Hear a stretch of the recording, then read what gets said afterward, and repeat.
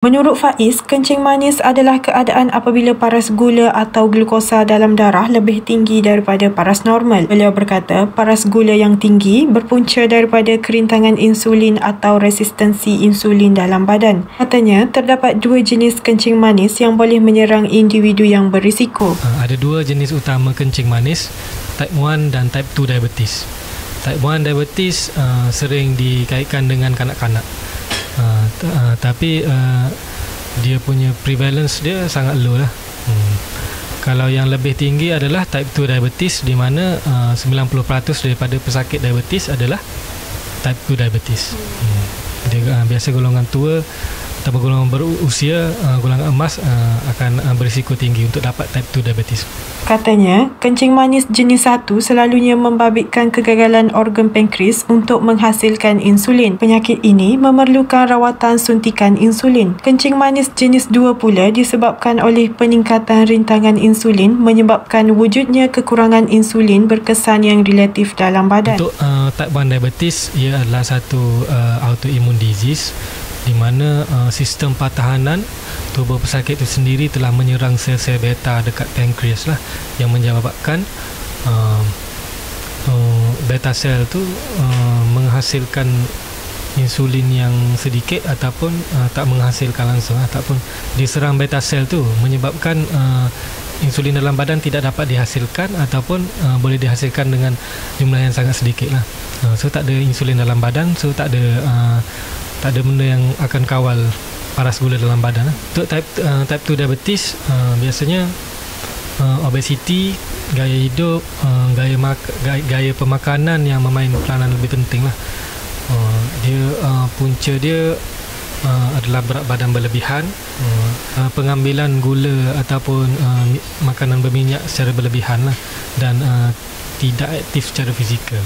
Menurutnya, insulin adalah hormon yang dihasilkan oleh pankreas dan berperanan penting mengawal paras gula dalam darah. Katanya, jika terdapat ahli keluarga yang menghidap kencing manis jenis 2, maka ia turut berisiko kepada warisnya. Kencing manis juga boleh dikesan dan dihidapi golongan muda yang berumur 40 tahun ke bawah. Punca dia adalah berat badan berlebihan, pengambilan gula ataupun makanan berminyak secara berlebihan lah, dan tidak aktif secara fizikal. Dia juga boleh jadi faktor.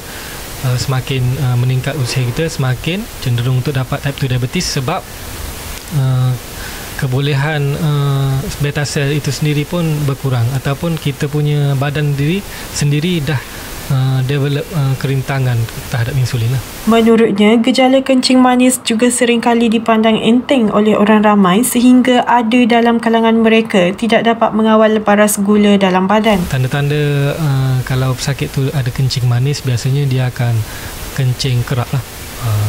Kencing kerap, kencing malam, lepas tu dia sentiasa rasa haus pula, haus yang berlebihan. Minum air 2-3 gelas pun tak hilang dahaga. Lepas tu dia akan rasa penat tubuh lah, kepenatan, dan apabila diluka, luka tu susah nak sembuh. Tapi kalau untuk mengesahkan dia ada penyakit kencing manis atau diabetes ni, dia perlu jumpa pegawai perubatan lah. Ada beberapa ujian yang dia perlu lakukan, seperti ujian gula dalam darah ketika berpuasa, ujian toleransi glukos oral, dan HbA1c lah. Jelasnya, jika individu mengalami gejala tersebut, perlu segera mengambil inisiatif untuk memeriksa tahap kencing manis dengan segera. Katanya, ia boleh menyebabkan individu itu tidak sedarkan diri kerana paras gula tidak terkawal jika tidak dicegah dan dirawat dari awal. Faiz menasihatkan golongan kencing manis jenis 2 supaya mengamalkan gaya pemakanan yang sihat dan bersenam setiap hari. Tambahnya, penting untuk individu mengekalkan berat badan yang ideal dengan BMI 18.5 sehingga 25 bagi mengelak daripada menghidap penyakit kronik itu.